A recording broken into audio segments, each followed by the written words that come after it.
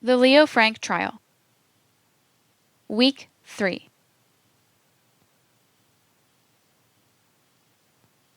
The trial of Leo Frank for the murder of Mary Phagan ended its third week 100 years ago today. Join us as we break through the myths surrounding the case and investigate what really happened. By Bradford L. Huey. As the third week of the trial dawned, the prosecution had just made its case that National Pencil Company Superintendent Leo Max Frank had murdered 13-year-old laborer Mary Phagan. And a powerful case it was. Now it was the defense's turn. And the defense team was a formidable one, the best that money could buy in 1913 Atlanta, led by Reuben Arnold and Luther Rosser.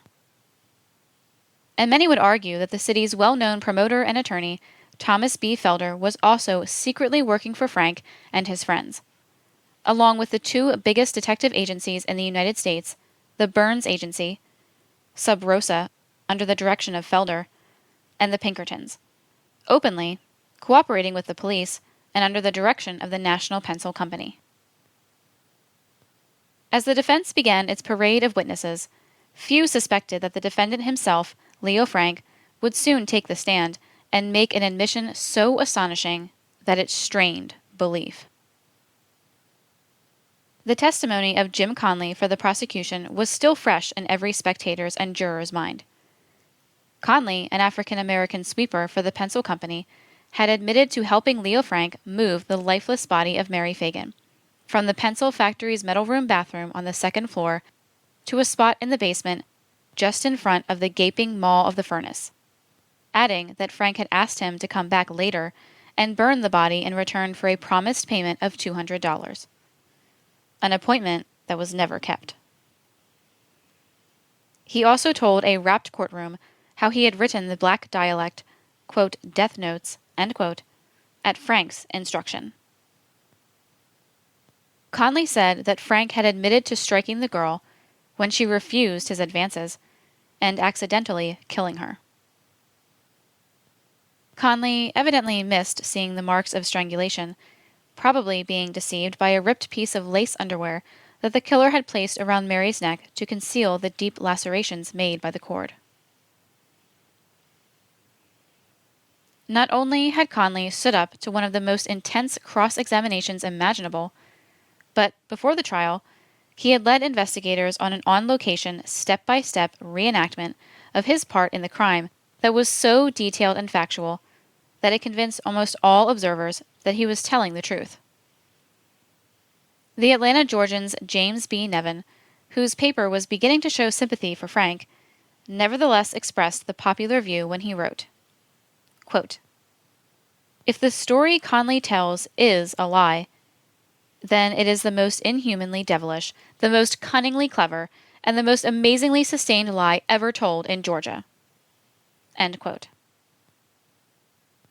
W. W. Matthews, a motorman for the Georgia Railway and Electric Company, was sworn for the defense and stated that Mary Phagan got off his car at 12:10, meaning that if the motorman's watch and memory were accurate, she must have arrived shortly after Montine Stover, not before her, as other witnesses had testified.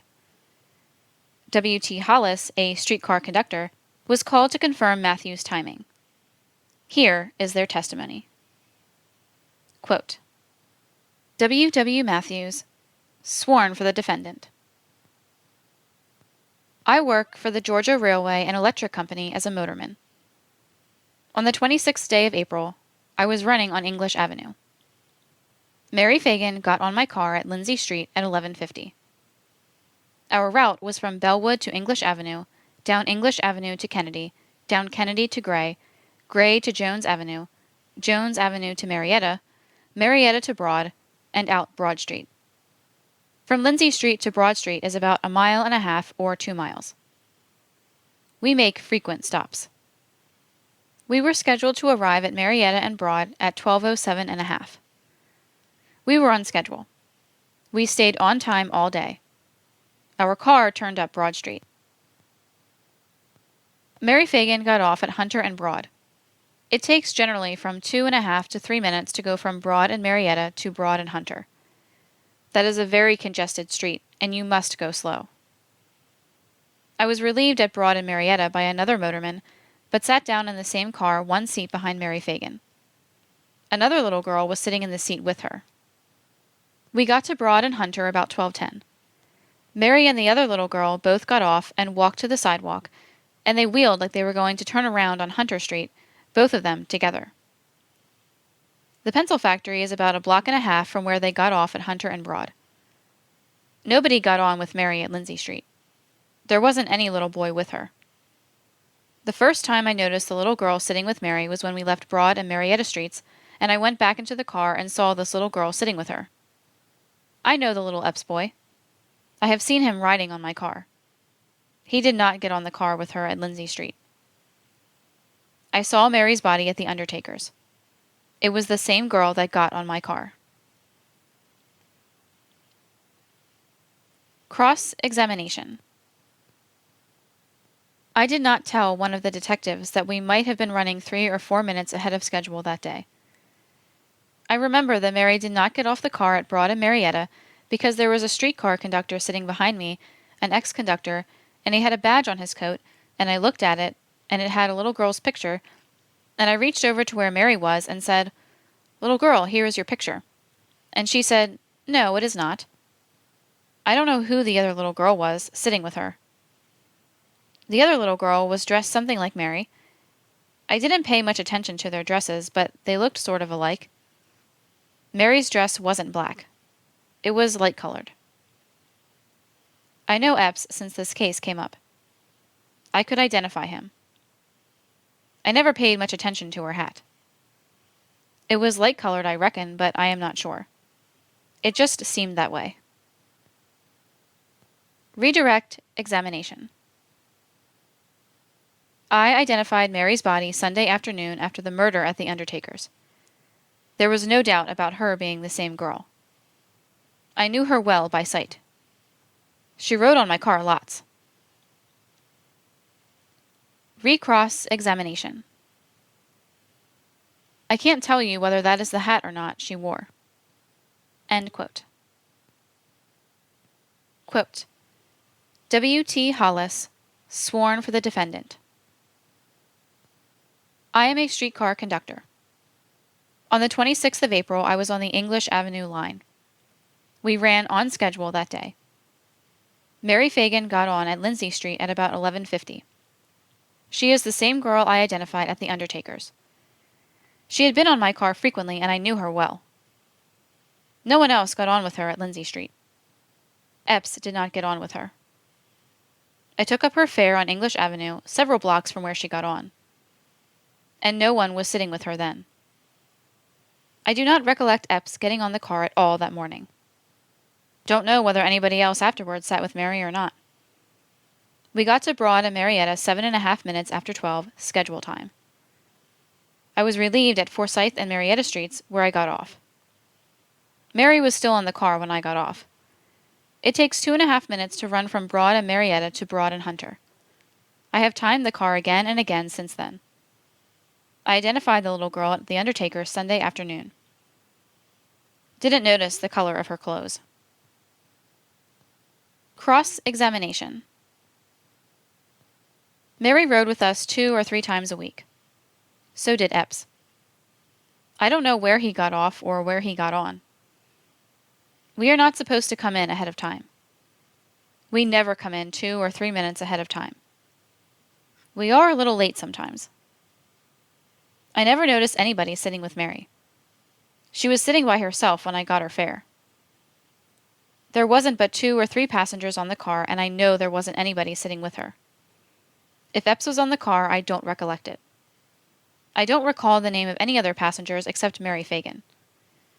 As to what attracted my attention to Mary getting on the front end of the car, as a general rule, when she would catch our car, Mr. Matthews would say to her, "You are late today." And sometimes she would come in and remark that she was mad. That she was late today, and when she came that morning, Mr. Matthews said to her, "Are you mad today?" And she said, "Yes, I am late." and sort of laughed and came on in the car and sat down. She usually caught our car when she came in the morning, the one due in town at 7:07. I didn't know Mary's name, I just recognized Mary's face as the little girl who traveled with us. Redirect examination. I heard of the murder the next day. Newspaper reporters asked us to go down and identify the girl. There was no doubt about her being the little girl who was on our car. Oliver Street is the next street to Lindsay. I did not see Epps get on at Oliver Street. It is against the rule of the company to get to the city ahead of time. Recross examination. It is not against the rules to get in behind time. Sometimes we might get there a few minutes ahead of time, but hardly ever. We always look at our watches at the main destination, just at Broad and Marietta. We are supposed to do that. End quote. But, and this issue dogs both sides of this case, how accurate were watches and clocks in 1913? Even in 2013, my quartz watch is sometimes off by a few minutes, especially when the battery is over a year old and my remaining spring-wound watch is, to put it charitably, just approximate, even when freshly wound. And if Mary really didn't get off the car until 12:10, why didn't Montine Stover meet her then? And a later arriving Mary Phagan still doesn't explain Leo Frank's empty office while the factory clock ticked off every second from 12:05 to 12:10 in Montine Stover's presence. Herbert G. Schiff, the factory's assistant superintendent directly under Leo Frank, then testified, stating that he'd never seen women brought to the office as the prosecution had alleged, nor had he seen Conley, quote, watching, end quote, for Frank. He stated that he, not Frank, had paid off Helen Ferguson the Friday before the murder, and that Ferguson has not asked for Mary Phagan's pay. He also went into excruciating detail, thousands of words worth, about how the books were kept at the factory, with the unstated implication being that Frank would have simply been too busy calculating sums and making entries to have entertained young ladies, or killed them. This, quote, too busy, end quote, line of reasoning would be returned to again and again by the defense, and would form the larger part of Leo Frank's own statement in his own defense. It was reinforced by the next witness, public accountant Joel Hunter, and yet another accountant, C.E. Pollard. Hattie Hall, the plant stenographer, confirmed that she had worked with Frank until about noon, and had punched out at 12:02, seeing no one come in as she went out. Interestingly, Hall said of the important financial sheet that supposedly took up so much time every Saturday that, quote, I didn't see Mr. Frank working on any of these books that day, that I was in the outer office and he was in the inner office. There wasn't any such looking sheet as the financial on his desk. When I was in there, he was at work on a pile of letters and things like that. End quote. Emma Clark Freeman and Corinthia Hall then testified that they had come briefly to the factory at 11:45, contradicting Jim Conley's testimony that they had arrived at 12:45 when he had gone into Leo Frank's wardrobe to hide from them while they talked to Frank. If the women spoke the truth, and it's hard to imagine a reason for them not to do so, it does appear that Conley was mistaken about the time. But why would he deliberately lie about it? The timing of their visit isn't crucial in any way. Even its complete absence would just have given Frank and Conley a few more minutes to move Mary Phagan's body and write the death notes. But it is interesting that, according to Conley's testimony, Frank obviously didn't want to be seen with Conley that day, which is odd and suspicious in itself. What's wrong with being seen talking with the factory sweeper? Maybe a lot is wrong with it, if you're planning to use him to facilitate a secret sexual tryst with an underage girl. Pinkerton detective Harry Scott was recalled by the defense, mainly to show that Jim Conley had changed his story and contradicted himself thereby many times. But there wasn't too much sting in that for the prosecution, since Conley himself had freely admitted as much.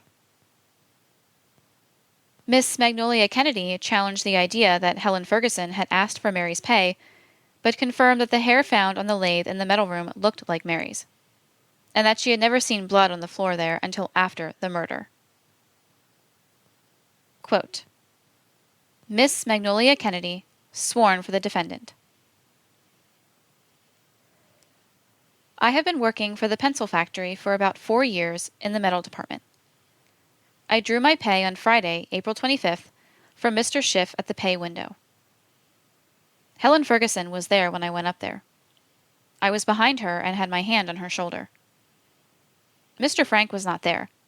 Mr. Schiff gave Helen Ferguson her pay envelope. Helen Ferguson did not ask Mr. Schiff for Mary Phagan's money. I came out right behind Helen Ferguson. We waited for Grace Hicks and then went downstairs. Helen didn't say anything about Mr. Frank at all. We went downstairs about 5 minutes to 6. We saw Helen Ferguson start up Forsyth Street. Cross-examination. On Monday, April 28th, Mr. Barrett called my attention to the hair which he found on the machine. It looked like Mary's hair. My machine was right next to Mary's. There was a good deal of water over there by Mr. Quinn's room. Mary's hair was a light brown, kind of sandy color. You could plainly see the dark spots and white spot over it 10 or 12 feet away. Author's note. The smear of hascaline or other white substance apparently placed over the blood spots. Helen and Mary were the best of friends and were neighbors. Helen made mention that Mary was not there when we were paid off. I have never noticed any spots around the metal room. That's the first time I had ever seen anything like that. Redirect examination. I have never looked for spots before. It's a dirty floor full of oil dirt. I don't know whose hair that was. Helen did not ask Mr. Schiff for Mary's money. She did not have any business going to Mr. Frank when Mr. Schiff was there paying off. She did not go in and ask Mr. Frank for Mary's money. I left with her. I went one way and she went another. Recross examination. Mr. Frank paid off sometimes. If there was any trouble about the amount of our money, we would go to anybody that was in the office. Mr. Frank was not paying off that day. End quote. Pencil factory employee Wade Campbell was then sworn, and told of his interactions on the day of the murder. The defense hoped he could cast doubt on the blood spot evidence and Frank's interactions with Conley, but note well his testimony about how cheerful and playful Frank was before noon. Quote, Wade Campbell, sworn for the defendant. I have been working for the pencil factory for about a year and a half. I had a conversation with my sister, Mrs. Arthur White, on Monday, April 28th. She told me that she had seen a Negro sitting at the elevator shaft when she went in the factory at 12 o'clock on Saturday, and that she came out at 12:30. She heard low voices, but couldn't see anybody. On April 26th, I got to the factory about 9:30. Mr. Frank was in his outer office. He was laughing and joking with people there, and joked with me.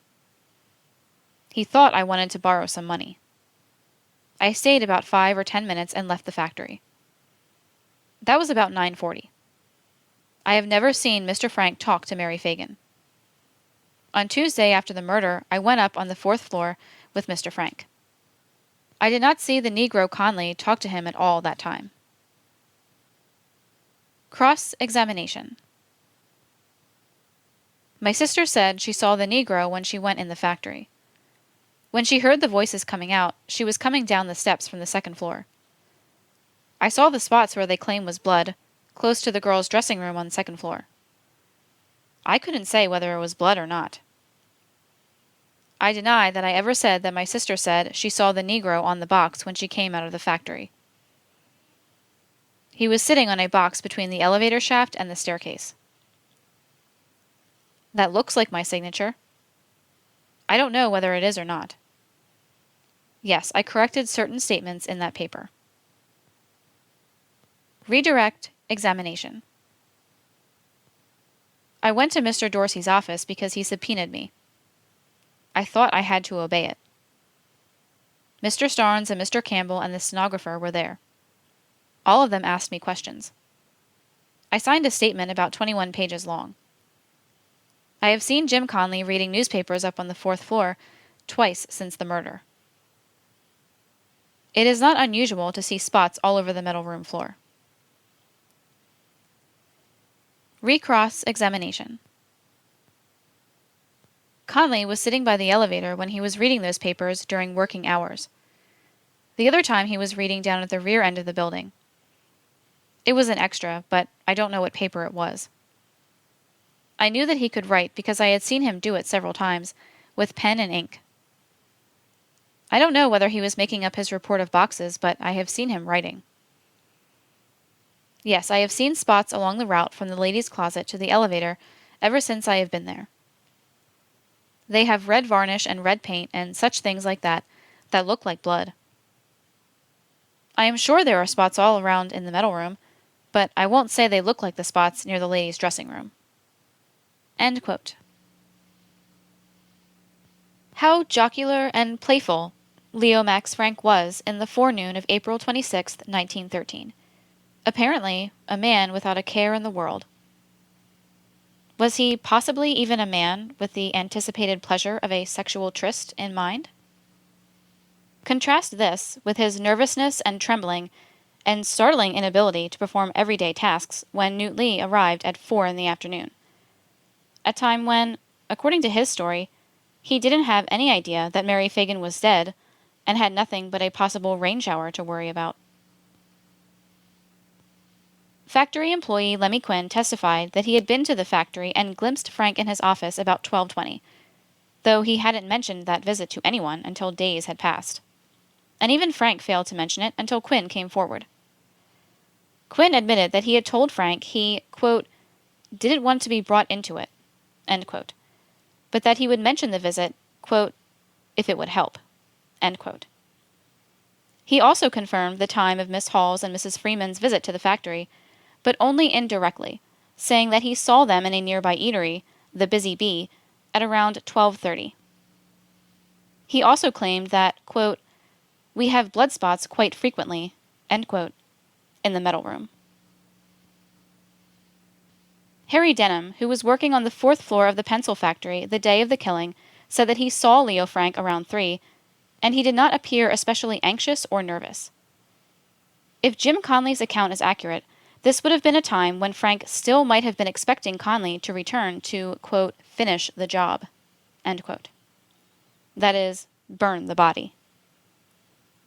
An hour later, when Newt Lee arrived, Frank would probably have realized that Conley had skipped out. Manola McKnight, the Franks' African-American cook, had earlier signed a statement saying that she had overheard a conversation between Frank and his wife in which Frank admitted to killing a girl earlier that day. Her statement was brought to the attention of the police by her husband. But she later denied her former statement, said her husband was lying, and that she had only signed the statement, even though her lawyer was present, because of a fear of jail and the detective's, quote, third degree, end quote, methods. Amid allegations that Mrs. Frank had suddenly started to give her money, both she and her husband stuck to their respective stories. If Manola McKnight was telling the truth the second time around and not the first, the Atlanta police were engaged in the crudest kind of abuse and subornation of perjury. Here is her testimony. The reader may assign whatever credibility he thinks it deserves. Quote, Manola McKnight, colored, sworn for the defendant. I work for Mrs. Selig. I cook for her. Mr. and Mrs. Frank live with Mr. and Mrs. Selig. His wife is Mrs. Selig's daughter. I cooked breakfast for the family on April 26th. Mr. Frank finished breakfast a little after 7 o'clock. Mr. Frank came to dinner about 20 minutes after 1 that day. That was not the dinner hour, but Mrs. Frank and Mrs. Selig were going off on the 2 o'clock car. They were already eating when Mr. Frank came in. My husband, Albert McKnight, wasn't in the kitchen that day between 1 and 2 o'clock at all. Standing in the kitchen door, you cannot see the mirror in the dining room. If you move up to the north end of the kitchen where you can see the mirror, you can't see the dining room table. My husband wasn't there all that day. Mr. Frank left that day sometime after 2 o'clock. I next saw him at 6:30 at supper. I left about 8 o'clock. Mr. Frank was still at home when I left. He took supper with the rest of the family.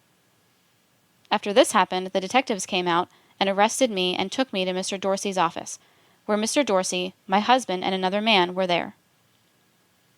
I was working at the Seligs when they come and got me. They tried to get me to say that Mr. Frank would not allow his wife to sleep that night, and that he told her to get up and get his gun and let him kill himself, and that he made her get out of bed. They had my husband there to bulldoze me, claiming that I had told him that. I had never told him anything of the kind. I told them right there in Mr. Dorsey's office that it was a lie. Then they carried me down to the station house in the patrol wagon. They came to me for another statement about 11:30 or 12 o'clock that night, and made me sign something before they turned me loose, but it wasn't true. I signed it to get out of jail because they said they would not let me out. It was all written out for me before they made me sign it. Cross-examination. I signed that statement, State's Exhibit J, but I didn't tell you some of the things you got in there. I didn't say he left home about 3 o'clock. I said somewhere about 2. I did not say he was not there at 1 o'clock. Mr. Graves and Mr. Pickett, of Beck and Gregg Hardware Company, came down to see me. A detective took me to your office. Mr. Dorsey's. My husband was there and told me that I had told him certain things. Yes, I denied it. Yes, I wept and cried and stuck to it. When they first brought me out of jail, they said they did not want anything else but the truth. Then they said I had to tell a lot of lies, and I told them I would not do it. That man sitting right there, pointing to Mr. Campbell, and a whole lot of men wanted me to tell lies. They wanted me to witness to what my husband was saying. My husband tried to get me to tell lies. They made me sign that statement, but it was a lie. If Mr. Frank didn't eat any dinner that day, I ain't sitting in this chair. Mrs. Selig never gave me no money. The statement that I signed is not the truth. They told me if I didn't sign it, they were going to keep me locked up. That man there, indicating, and that man made me sign it. Mr. Graves and Mr. Pickett made me sign it. They did not give me any more money after this thing happened. 1 week I was paid 2 weeks' wages. Redirect examination. None of the things in that statement is true. It's all a lie. My wages have never been raised since this thing happened. They did not tell me to keep quiet. They always told me to tell the truth and it couldn't hurt. End quote. Mr. and Mrs. Selig, Frank's in-laws, testified that Frank had acted normally on the day of the murder and the next day. A number of other witnesses, many of them Jewish, testified that they had seen Frank going to or coming back from lunch on April 26th, a few adding that they saw no signs of nervousness as he made his way via the streetcar system. Several workers at the factory, testifying for the defense, said they'd never seen Leo Frank talking to Mary Phagan, that they'd never seen him with women in his office after hours, and that Conley's reputation for veracity was bad. One of them, Iora Small, went further, volunteering for the benefit of the all-white jury that, quote, "I don't know of any nigger on earth that I would believe on oath." End quote. Miss Small, on cross-examination, stated that she and several of her co-workers had seen blood spots in the metal room the following Monday, near where the samples had been chipped up. Quote, 2 or 3 spots, some the size of a nickel and some the size of a quarter. End quote. Several of Frank's friends and family members said they dined or talked with Leo Frank the afternoon and evening the day after the murder, and that Frank hadn't displayed any unusual nervousness then. Frank's lawyers showed audacity by bringing to the stand W.D. McWhirth, the, later dismissed, Pinkerton man who had, quote, discovered, end quote, what was insinuated to be a fragment of Mary Phagan's pay envelope, showing the initials MP, and a, quote, bloody club, end quote, on the first floor where Conley said he'd been stationed.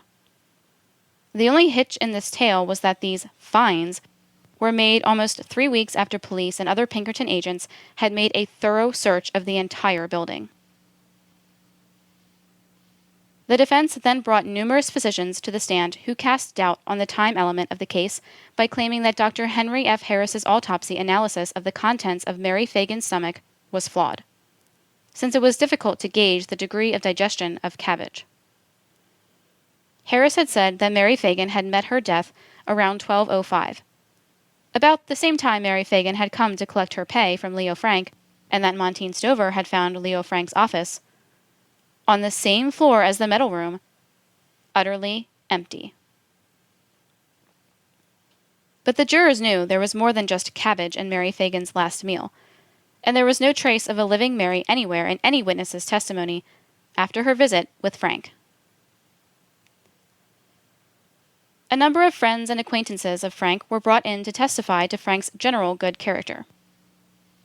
Many consider this to be a tactical error on the defense's part, since it opened the door for the prosecution to address Frank's character, and several prosecution witnesses testified that Frank had made inappropriate sexual advances to girls and young women, an opportunity the prosecution would not otherwise have had. And the defense also chose not to cross-examine any of the young women who so testified, leaving an impression with the jurors that they dared not do so. One of the character witnesses for the defense had a surprise in store. Quote, Miss Irene Jackson, sworn for the defendant. I worked at the pencil factory for 3 years. So far as I know, Mr. Frank's character was very well. I don't know anything about him. He never said anything to me. I have never met Mr. Frank at any time for any immoral purpose. Cross-examination.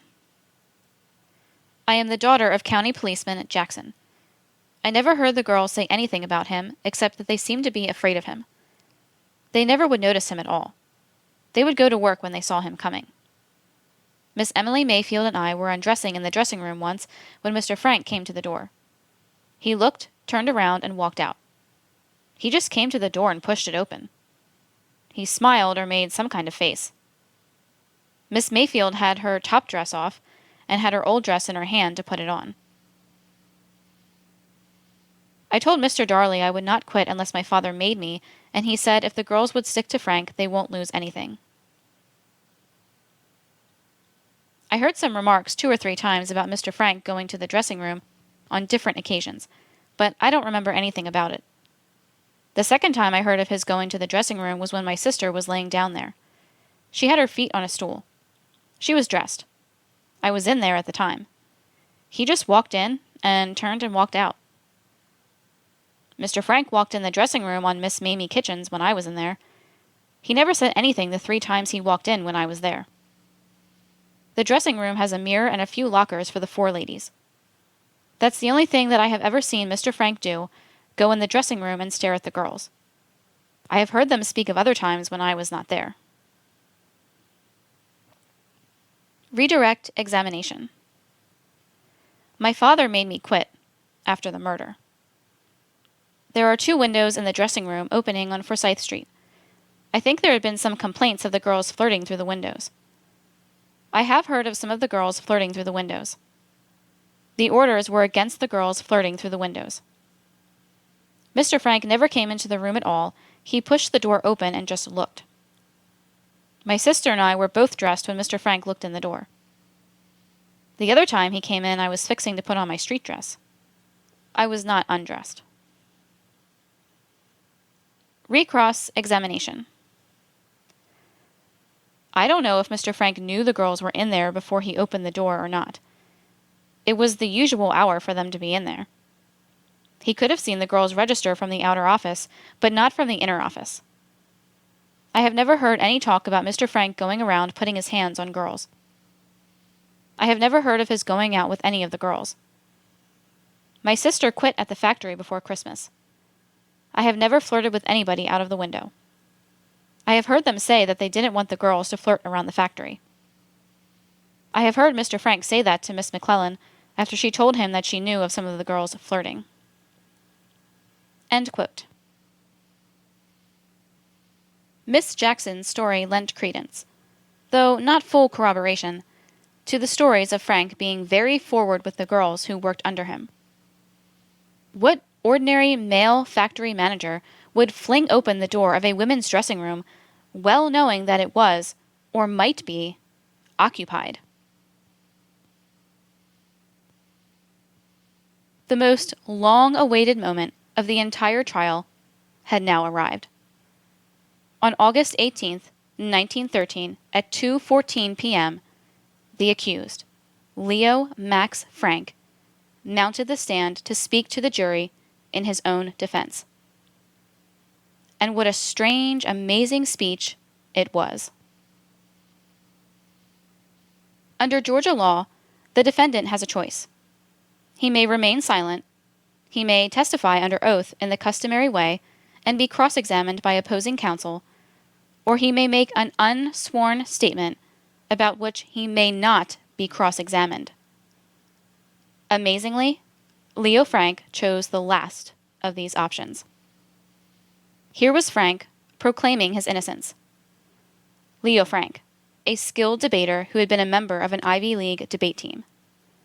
Leo Frank, with some of the best and toughest legal minds in the state on his side. Here was the same Leo Frank quailing before a county prosecutor, refusing to be sworn and refusing to be cross-examined. It gave the definite appearance of a man who dared not be cross-examined. Despite the near certainty that such a choice would be a black mark in the eyes of the jury, Frank made that choice, and his platinum-plated legal team either agreed or acquiesced in his decision.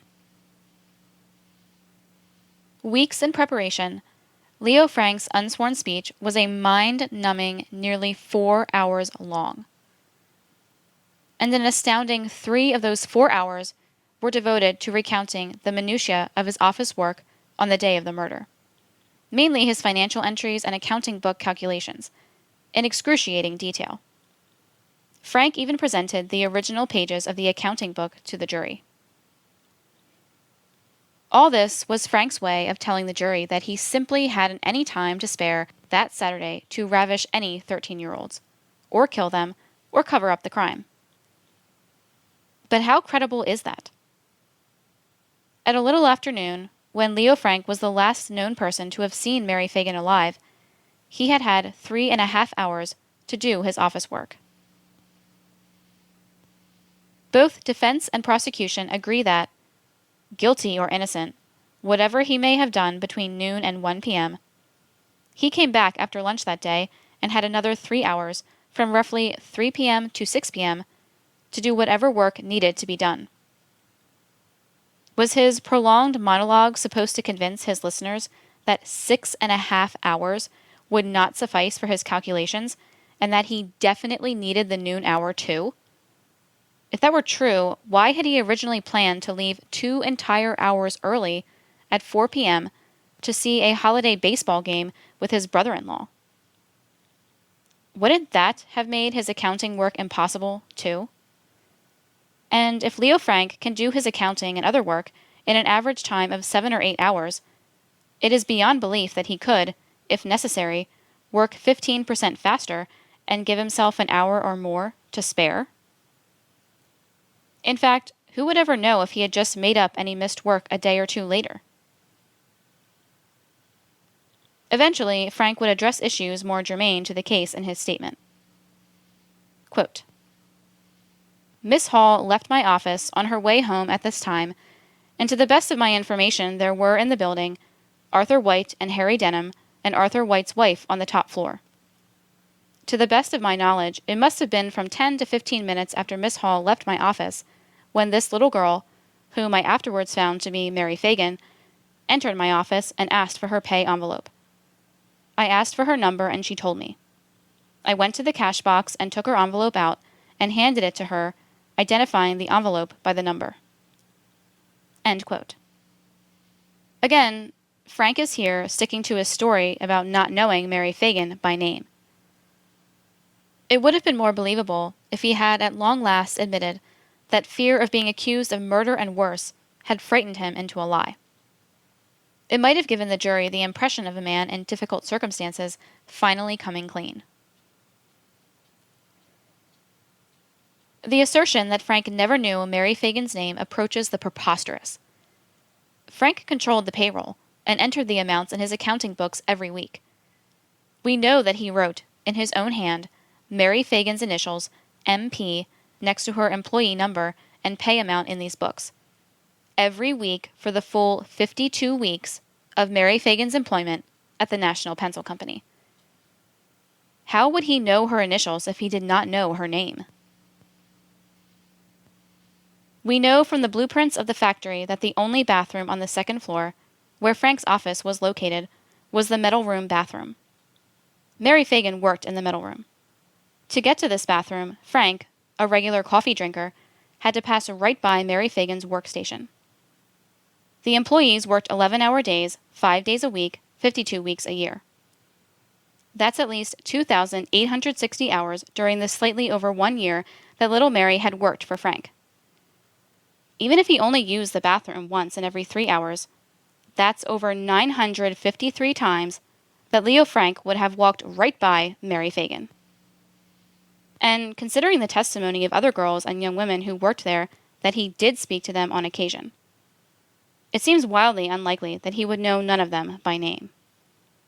And if he knew any of them by name, it stands to good reason that one that he knew would be Mary Phagan, who worked near his office and not more than 3 feet, closer than any other employee, from the door to the bathroom that he used multiple times, practically brushing up against her every day. One wishes that Prosecutor Dorsey had asked every second-floor employee if Leo M. Frank knew him or her by name.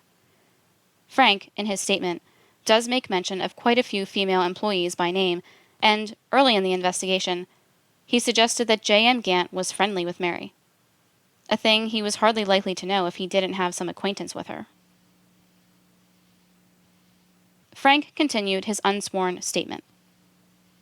Quote, she, author's note, Mary Phagan, left my office and apparently had gotten as far as the door from my office leading to the outer office when she evidently stopped and asked me if the metal had arrived, and I told her no. She continued on her way out, and I heard the sound of her footsteps as she went away.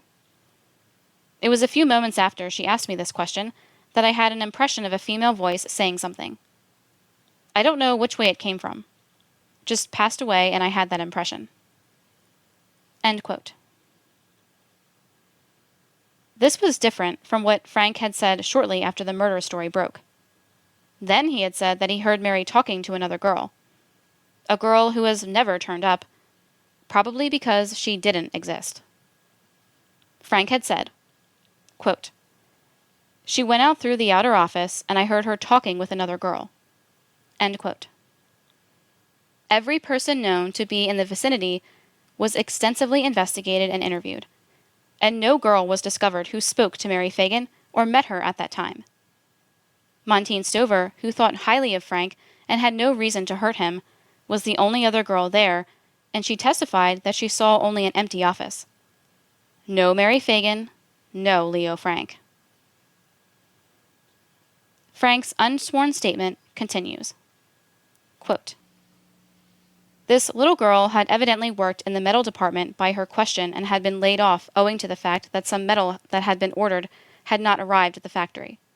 Hence her question. I only recognized this little girl from having seen her around the plant and did not know her name, simply identifying her envelope from her having called her number to me. End quote. Leo Frank actually had the gall to say that Mary Phagan, quote, had evidently worked in the metal department by her question, end quote, implying that not only did he not know the dead girl by name, but did not know her by sight either. At least not enough to know she worked in the metal department, something he only inferred from her question. This is so beyond the bounds of probability that it can hardly be believed, and casts serious doubt on everything Leo Frank said about this case. It's enough by itself to make one think that Leo Frank is hiding something very dark, about his relationship with this girl. In his unsworn statement above, Frank says that when Mary started to leave his office, quote, she evidently stopped and asked me if the metal had arrived, and I told her no. End quote. It was a matter of controversy whether Frank had actually answered no or had instead said, I don't know. Detectives claimed that Frank had admitted to answering, I don't know, when he was first questioned. If it was indeed I don't know, it might have been an opening for Frank to have invited Mary Phagan to, quote, go and check, end quote, and accompany him to the metal room to, quote, see if the metal had arrived, end quote. And the metal room was precisely where the prosecution, the police, and even the investigators hired by the pencil company contended the murder had taken place. And then Leo Frank made the most startling admission of all. Possibly, short of a detailed and abject confession, the most startling admission he could possibly make. Quote, now, gentlemen, to the best of my recollection, from the time the whistle blew for 12 o'clock until after 1:45 when I went upstairs and spoke to Arthur White and Harry Denham, to the best of my recollection, I did not stir out of the inner office. But it is possible that, in order to answer a call of nature or to urinate, I may have gone to the toilet. Those are things that a man does unconsciously and cannot tell how many times nor when he does it. Now, sitting in my office at my desk, it is impossible for me to see out into the outer hall when the safe door is open, as it was that morning. And not only is it impossible for me to see out, but it is impossible for people to see in and see me there. End quote. Frank was evidently hoping to blunt the effect of Montine Stover's testimony, explaining why she may have found his office empty from 12:05 to 12:10 by saying perhaps he'd gone to use the toilet or been hidden behind the safe door when she came in. The, quote, safe door, end quote, argument was a weak one, as a young lady earnestly seeking her pay was likely to simply glance around its open door, even if Frank had been precisely positioned behind it. So, after months of denying he left his office at all between 12 and 12:45, he stated that he might have left it to, quote, unconsciously, end quote, visit the bathroom. And what bathroom would he have used? The only bathroom on the second floor, where Frank's office was located, was the metal room bathroom. Frank was suggesting that he may have been using the bathroom, the metal room bathroom, when Montine Stover found his office empty at the precise time when the evidence indicates Mary Phagan was being murdered in that very location. This was also astounding because a few weeks earlier, Leo Frank had emphatically told the coroner's jury that on the day of the murder, he had not used the bathroom all day long. A statement so insistent and so ridiculous that it made more than a few eyebrows rise at the time. What is it about that bathroom that seems to unnerve Leo Frank, and make him stumble and contradict himself so much? And now this new admission. Frank was admitting that he might have gone to the metal room, where strands of hair that looked like Mary Phagan's had been found on a lathe handle, hair that hadn't been there the Friday before, and where a 5-inch fan-sized blood stain had been found the following Monday. The stain was clumsily concealed with a layer of white hascaline powder which had soaked the blood up and turned pink. A condition that certainly wouldn't have endured for even a single week of factory work and traffic, ruling out the defense's argument that the stain was very old. Frank was admitting that he might have used the metal room bathroom, exactly where Conley said he found the battered, strangled, and lifeless body of Mary Phagan, where he said he wrapped her body in a sack and prepared to carry it, with Leo Frank's help, to the basement, dropping it at one point in the passageway, where another bloodstain was subsequently found. He was telling the jurors who were to decide his fate that he may indeed have been at the precise location at the precise time when Mary Phagan had been murdered, according to the prosecution's witnesses. And this after maintaining for months that he had never made such a visit, or in fact left his office for even an instant, from 12 to 12:45. Frank went on to say in his statement that, after he returned home for lunch, quote, "I sat down to my dinner, and before I had taken anything, I turned in my chair to the telephone, which is right behind me, and called up my brother-in-law to tell him that on account of some work I had to do at the factory, I would be unable to go with him, he having invited me to go with him out to the ball game. I succeeded in getting his residence, and his cook answered the phone and told me that Mr. Ursenbach had not come back home. I told her to give him a message for me, that I would be unable to go with him." End quote. So, supposedly, Frank could not attend the ball game, quote, "on account of some work I had to do at the factory." End quote.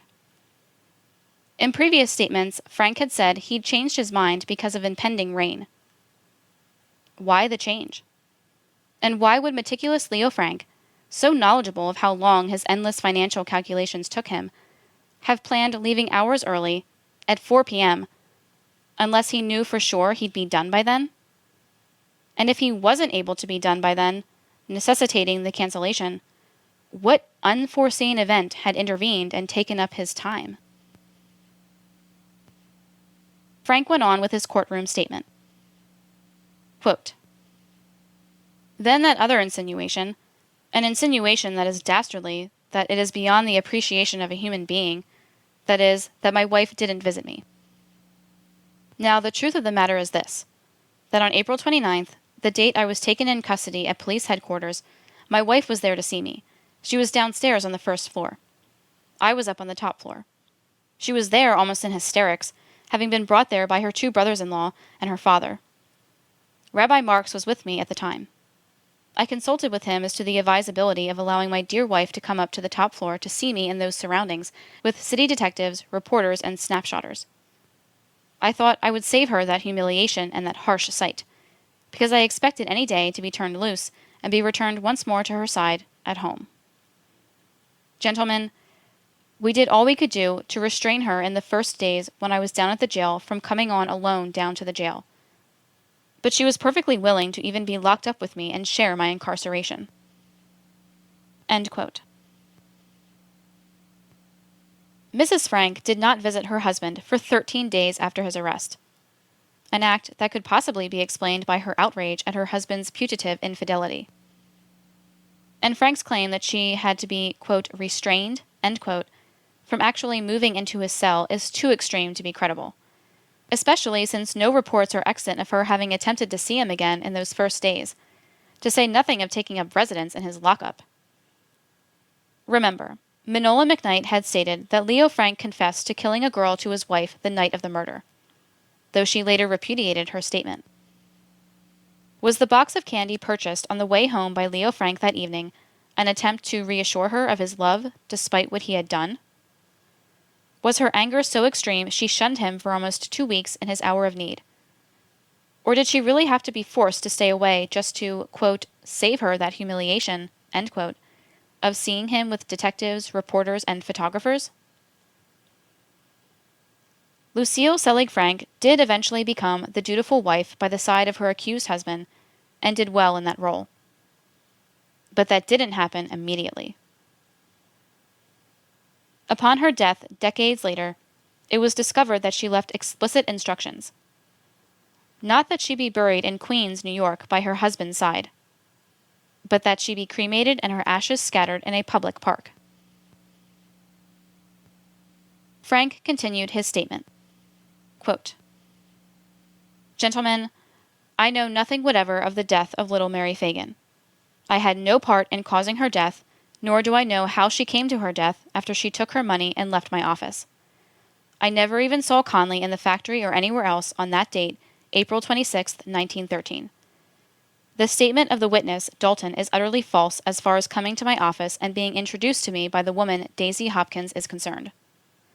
If Dalton was ever in the factory building with any woman, I didn't know it. I never saw Dalton in my life to know him until this crime. End quote. One amazing fact that this reporter has uncovered is that the Atlanta Constitution and the Atlanta Georgian — the Georgian, by this time, was taking an editorial line favorable to Frank — completely omitted Leo Frank's, quote, unconscious bathroom visit, end quote, admission, when they printed Frank's full statement on August 18, 1913, and August 19, 1913. The Atlanta Journal did include the admission, so it seems unlikely that the words, quote, call of nature, end quote, or, quote, urinate, end quote, were deemed too shocking for a public reading about a brutal strangulation murder. We'll continue with the next installment of the Leo Frank trial, where I'll be examining the claims that anti-Semitism was the motive for Frank's prosecution and conviction, and much more. You've been listening to our continuing audiobook series featuring the best writing from the American Mercury on the Leo Frank case. Be with us next time when we'll continue with the next installment of the American Mercury on Leo Frank.